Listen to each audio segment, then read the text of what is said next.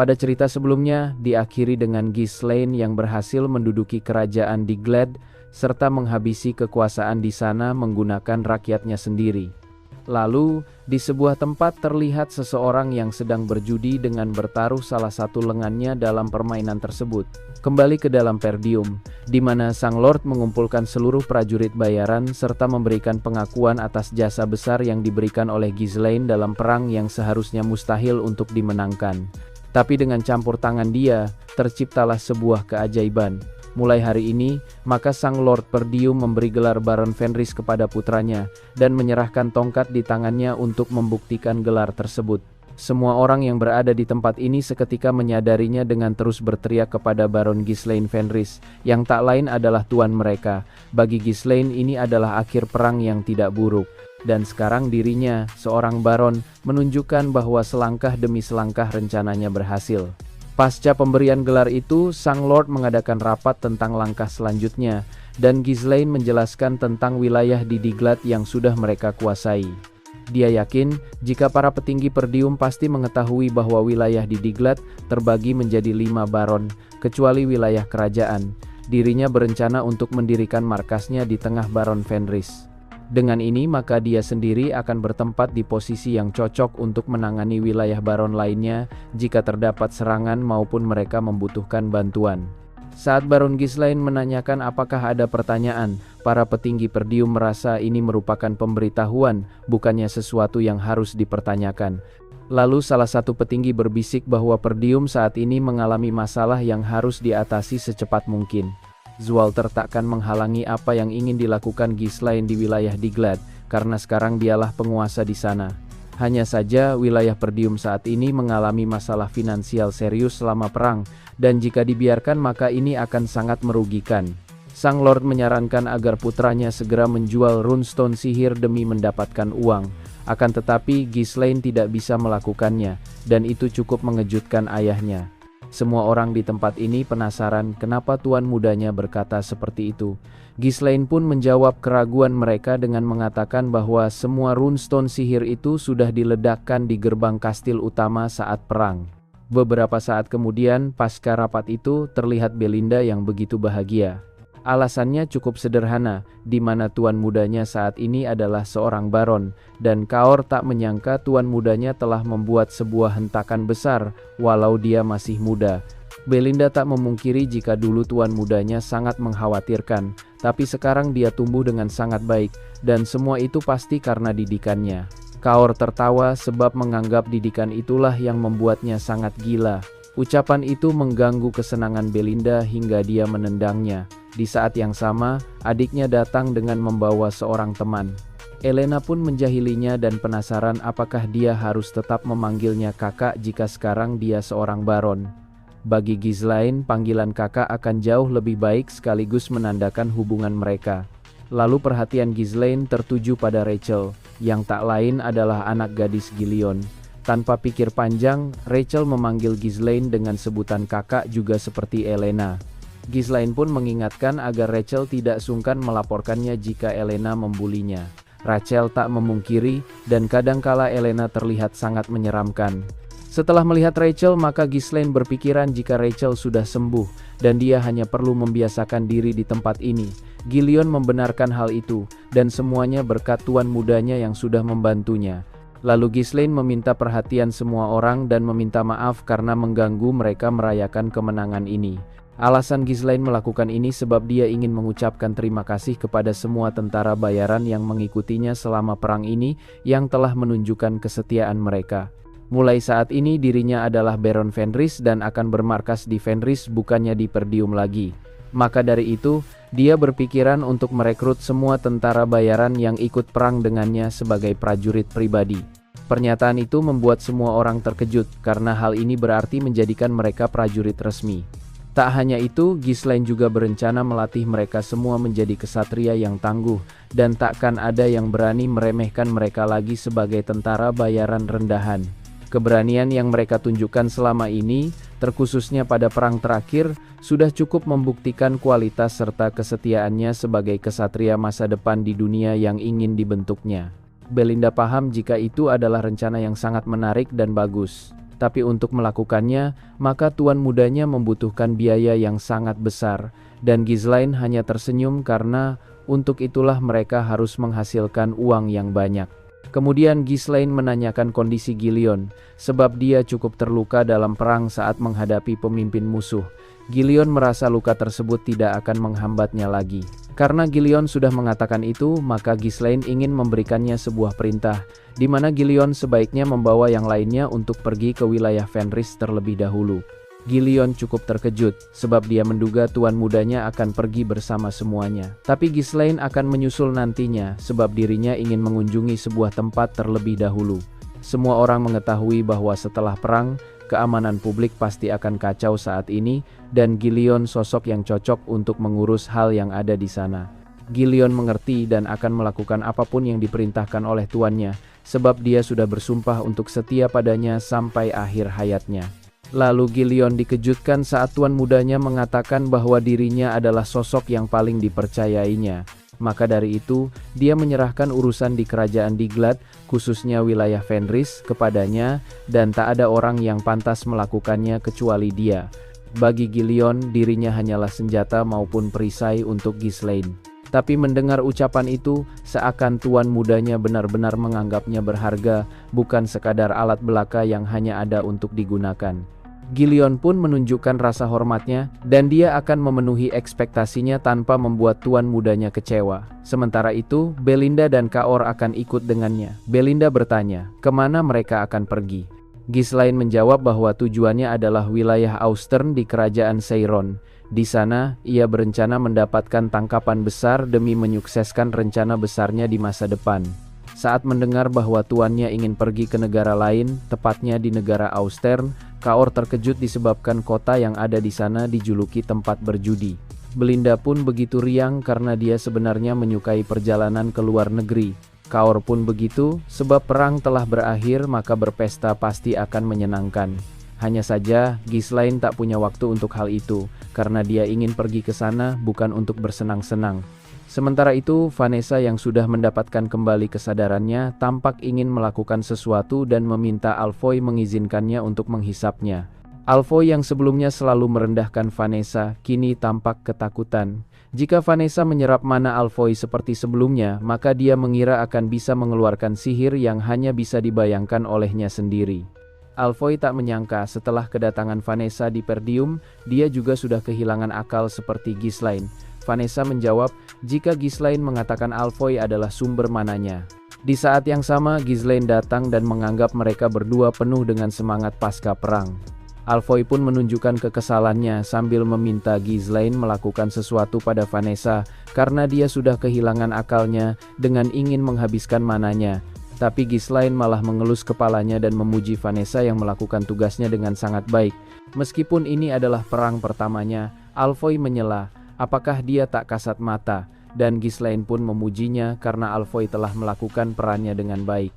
Ucapan yang masih merendahkannya membuat Alfoy sangat kesal, padahal dia adalah mage yang dibanggakan dalam menara. Ghislaine hampir melupakan sesuatu, di mana kedatangannya ini untuk mengajak Alfoy ke sebuah tempat. Beralih ke kerajaan Seiron, tepatnya di wilayah Austern, Ghislaine dan yang lainnya telah tiba dengan memasuki sebuah tempat perjudian. Kaor sungguh sudah lama tidak merasakan bau tempat seperti ini, dan Alfoy mengira jika mereka akan pergi ke tempat Magic Tower, tapi malah berakhir di sini. Kemudian Ghislaine memberikan sekantung uang kepada Kaor dan memintanya untuk bersenang-senang bersama Alfoy. Jika dibutuhkan, maka Ghislaine akan memanggil mereka. Tapi Alfoy tak mengerti bersenang-senang yang dimaksud oleh tuan mudanya. Ucapan itu membuat Kaor tertawa, karena Alfoy nampaknya terlalu sibuk mempelajari sihir sehingga tidak mengetahui cara dunia bekerja. Maka dari itu, dia akan memperlihatkan cara mempertaruhkan uang, lalu menenangkannya. Sementara itu, Belinda meminta tuan mudanya jujur saja jika dia datang untuk bersenang-senang, dan hal itu merupakan sesuatu yang wajar.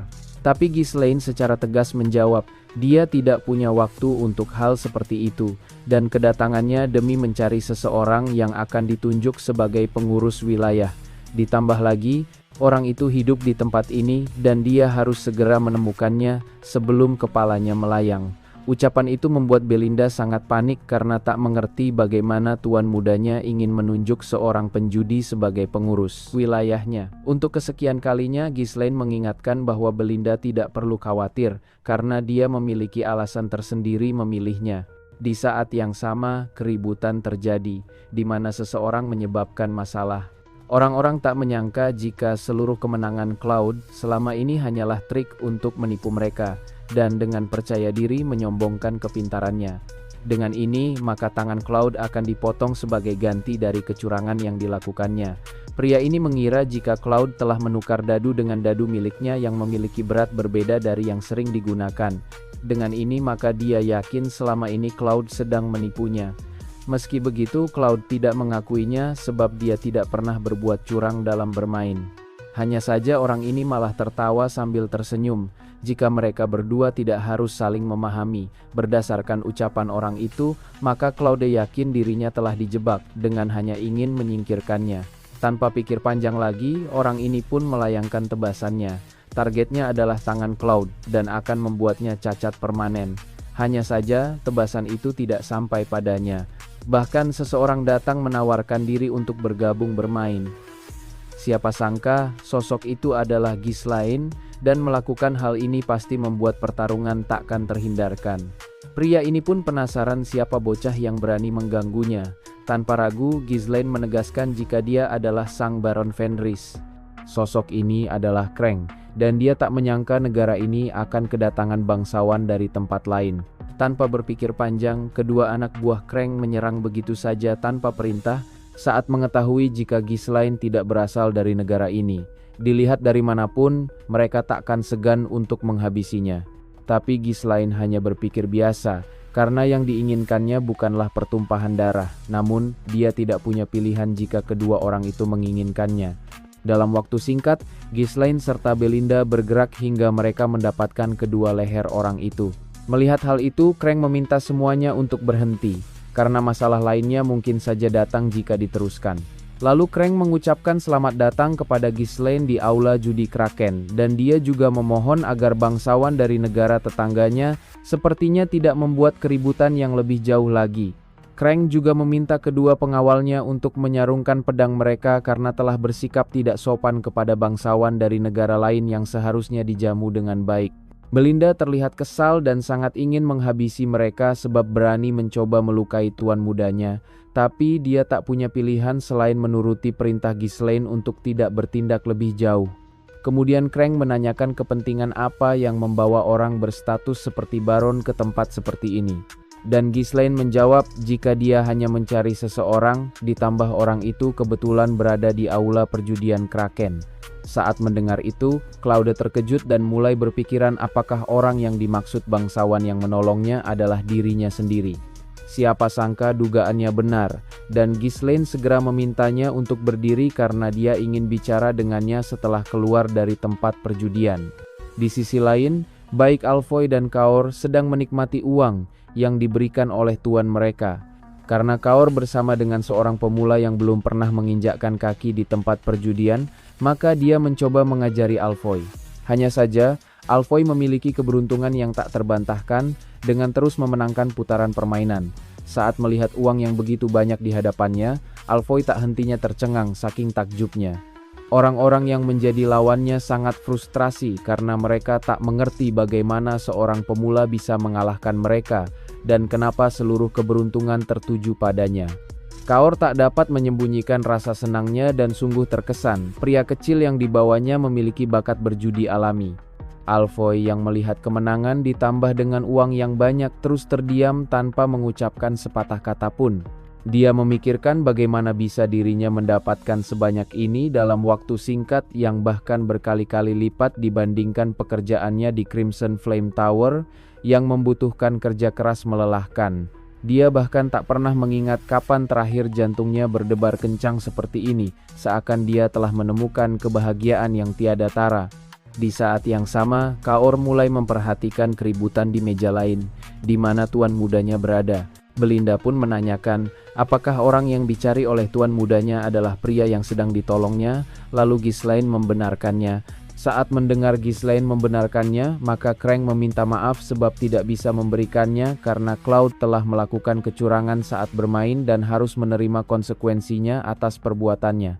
Ghislaine yang mendengar itu terdiam sesaat karena dia harus mengumpulkan informasi penyebab dari kegaduhan yang terjadi. Sementara itu, Claude tersenyum karena berpikiran jika tangannya mungkin saja bisa utuh jika dia melakukan sesuatu.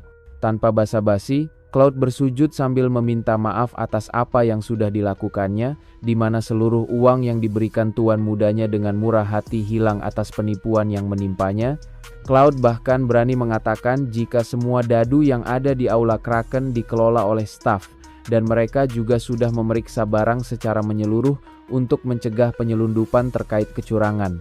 Tapi saat dirinya memasang taruhan besar, dia malah dituduh melakukan penipuan melalui adanya dadu yang aneh. Belinda yang mendengar semua itu sangat marah, karena tuan mudanya sudah menolongnya. Tapi Claude malah mencoba menyeretnya ke dalam masalahnya. Walau Belinda marah, tapi Ghislaine mencegahnya untuk mengatakan sesuatu yang berlebihan karena bisa mengganggu rencananya. Tanpa mengatakan kalimat lain lagi, Ghislaine hanya membenarkan keterikatannya dengan Claude. Crank yakin jika Claude tentu saja mendapatkan uang dari suatu tempat, hanya saja dia tak tahu bagaimana mereka bisa saling kenal. Ditambah kata-kata Claude tidak boleh dipercaya karena dia merupakan penipu. Selain itu, aula perjudian ini juga adalah milik seorang baron, sehingga keributan yang lebih besar mungkin terjadi jika salah satu baron mengganggu bisnis baron lainnya. Sebagai sosok yang menghormati baron di depannya, maka Crank akan menganggap hal ini tidak pernah terjadi dan berharap Ghislaine meninggalkan tempat ini. Namun, Ghislaine merasa permintaan itu cukup sulit, karena jika dia pergi, maka sama saja dengan uangnya dicuri jika Claude benar-benar tidak curang seperti yang dikatakannya. Crank benar-benar tidak mengharapkan gesekan dengan seorang baron, tapi dia juga memiliki alasan untuk mendapatkan salah satu lengan Claude. Kemudian Ghislaine merangkul Claude sambil menegaskan agar Crank tidak perlu tegang karena mereka bisa menyelesaikan dengan jalan tengah saja. Jalan yang Ghislaine maksud adalah bermain bersamanya, dan jika menang maka dia akan membawa Claude serta yang dimenangkannya. Crank juga berpikiran seperti itu, tapi bagaimana jika baron di depannya kalah? Tak perlu tanggung-tanggung, Ghislaine akan mempertaruhkan gelarnya serta seluruh yang dimilikinya, baik kekayaannya maupun hidupnya sendiri, menjadi milik Crank. Taruhan yang benar-benar tidak seimbang serta keberanian yang begitu di luar akal sehat membuat semuanya terkejut. Seketika Claude berkeringat dingin karena dia tak menduga bangsawan di sampingnya sungguh sangat gila. Dia menghargai bantuannya, tapi tak pernah menduga akan sejauh ini. Karena Claude makin menjauh, maka Ghislaine kembali menariknya, menunjukkan keakraban mereka. Lalu Ghislaine menegaskan jika dia membutuhkan Claude, dan semua yang dimilikinya saat ini akan menjadi tak berguna tanpa kehadirannya di sisinya. Crank memuji keberanian seorang bangsawan yang tak kenal takut, dan ini merupakan kasus yang sungguh langka. Maka dari itu, dia tak punya pilihan selain bermain sekarang juga demi menentukan segalanya. Pertarungan mereka berdua yang tanpa pedang membuat seluruh orang berkumpul, disebabkan taruhan besar akan terjadi. Bahkan di antara mereka sangat beruntung karena bisa menyaksikannya. Aturannya sangat sederhana, di mana angka kecil yang akan menang, dan jika seri maka permainan akan diulang kembali sampai salah satunya menang dengan angka terkecil tersebut dari dadu. Crank merasa permainan ini sangat cocok karena terbilang simpel, dan dia tak ingin membingungkan seorang bangsawan. Dengan santai, Ghislaine mengerti, bahkan menyarankan agar langsung mulai saja, sebab dia harus membawa Claude secepatnya. Ucapan itu membuat Crank sedikit terganggu karena bangsawan di depannya sungguh arogan dan tak sabaran. Untuk menentukan siapa yang memulai lemparan lebih dahulu, maka staf akan melemparkan sebuah koin. Masing-masing dari mereka harus memilih, dan Ghislaine bertaruh pada koin depan, sedangkan Crank sebaliknya. Hasilnya segera terlihat, di mana yang muncul adalah bagian belakang. Maka dari itu, orang pertama yang bermain adalah Crank sendiri. Dengan salah satu tangannya, dia menutup celah lalu memainkan dadunya. Seketika semua orang bersorak, dan Belinda tak paham kenapa orang-orang heboh seperti ini hanya dengan satu dadu. Dalam kecepatan tinggi itu, Crank melakukan sebuah kecurangan dengan gelas yang sudah dimodifikasi. Setelah merasa berhasil dengan triknya, dia mengakhirinya dengan meletakkannya di atas meja. Hasilnya sangat luar biasa, di mana dia mendapatkan angka 1 yang merupakan angka terendah. Semua orang yang menonton sudah menduga jika pertaruhan ini bahkan berakhir sebelum bangsawan itu bermain. Bagi mereka, hal itu wajar saja karena Krang memiliki julukan Raja Dadu dan dia tak pernah kalah sekalipun. Tapi bangsawan yang sedang jalan-jalan itu dianggap sangat tidak beruntung. Belinda yang sebelumnya acuh kini tampak begitu bimbang. Claude sendiri berwajah muram karena untuk menang, Ghislaine harus mendapatkan angka 1 dan hasilnya akan dinilai seri lalu keduanya bisa bermain pada putaran berikutnya. Di sisi lain, Krang berusaha menahan tawanya, sedangkan dia sudah memintanya secara baik-baik untuk pergi. Tapi bangsawan di depannya menolak kebaikannya. Sambil memegang dadu itu, Ghislaine meminta Krang untuk diam karena dia akan segera mengerti siapa yang dihadapinya. Ucapan itu sedikit membuat Krang terkejut, karena biasanya lawannya pasti akan panik saat mengetahui dirinya mendapatkan 1 angka. Tapi bangsawan di depannya sangat tidak normal, bahkan bisa mengendalikan emosinya untuk menyembunyikan rasa khawatirnya. Baginya, semua itu takkan berguna karena dia sebentar lagi akan mengklaim kemenangannya. Selama ini, Krang selalu menang dengan menggunakan gelas khusus yang dapat terbuka, tergantung cara memegangnya, ditambah dengan dadu khusus yang dimasukkannya untuk selalu memperoleh angka 1. Dengan gocokan berkecepatan tinggi, maka tak ada siapapun yang dapat melihat pertukaran dari dadu tersebut. Dengan ini, tak peduli berapa banyak pun ronde yang dimainkan, dia akan selalu menang. Lalu Ghislaine pun mulai menggocok dadu itu. Di akhir dia terlihat melakukan sesuatu. Ghislaine mengerti jika aturannya sangat sederhana, di mana angka terkecil akan menang dan dia akan menunjukkannya. Yang benar saja, dadu itu telah dihancurkan menjadi debu, sehingga Ghislaine menyebut ini angka 0 terkecil, karena tak dapat dihitung lagi. Hasil ini sangat mengejutkan Krang, karena dia tak pernah menduga. Para penonton terus bertanya-tanya bagaimana bisa dadu itu menjadi debu, dan apakah Krang benar-benar dikalahkan. Belinda akhirnya dapat lega, dan Claude sungguh terkesan akan kegilaan yang disaksikannya. Tapi Krang enggan menerimanya. Dalam perjudian, status tidaklah penting dan dia tidak bisa mentoleransi penipuan. Seketika, Ghislaine berdiri dan mencengkram tangan Krang hingga membuat dadu yang disembunyikannya di antara jarinya terjatuh. Para penonton mulai heboh, bahkan berpikiran jika selama ini Krang telah mengalahkan mereka semua menggunakan sebuah trik. Lalu Ghislaine mengingatkan jika semua orang meyakini meja perjudian adalah tempat yang harus adil serta terhormat, bahkan dianggap sakral dan tidak seharusnya dikotori dengan kecurangan. Krang terdiam untuk sesaat sambil bertanya-tanya apakah sejak awal Ghislaine sudah mengetahui kecurangannya. Jika seperti ini, maka dia tidak punya pilihan selain menyelesaikannya dengan cara lain. Dalam waktu singkat, Krang menghunuskan pedangnya dan mulai mengincar Ghislaine. Kini pertarungan tak akan terhindar lagi di tempat ini. Ghislaine yang berhasil menghindar menegaskan jika Krang hanyalah orang yang berpura-pura menjadi pria sejati, tapi sebenarnya dia hanyalah pecundang. Krang menduga pertemuan ini akan berakhir seperti ini, tapi dia juga tidak bisa membiarkan Ghislaine pergi meskipun dia seorang baron. Tanpa basa-basi lagi, Krang memerintahkan kedua anak buahnya untuk menangkapnya.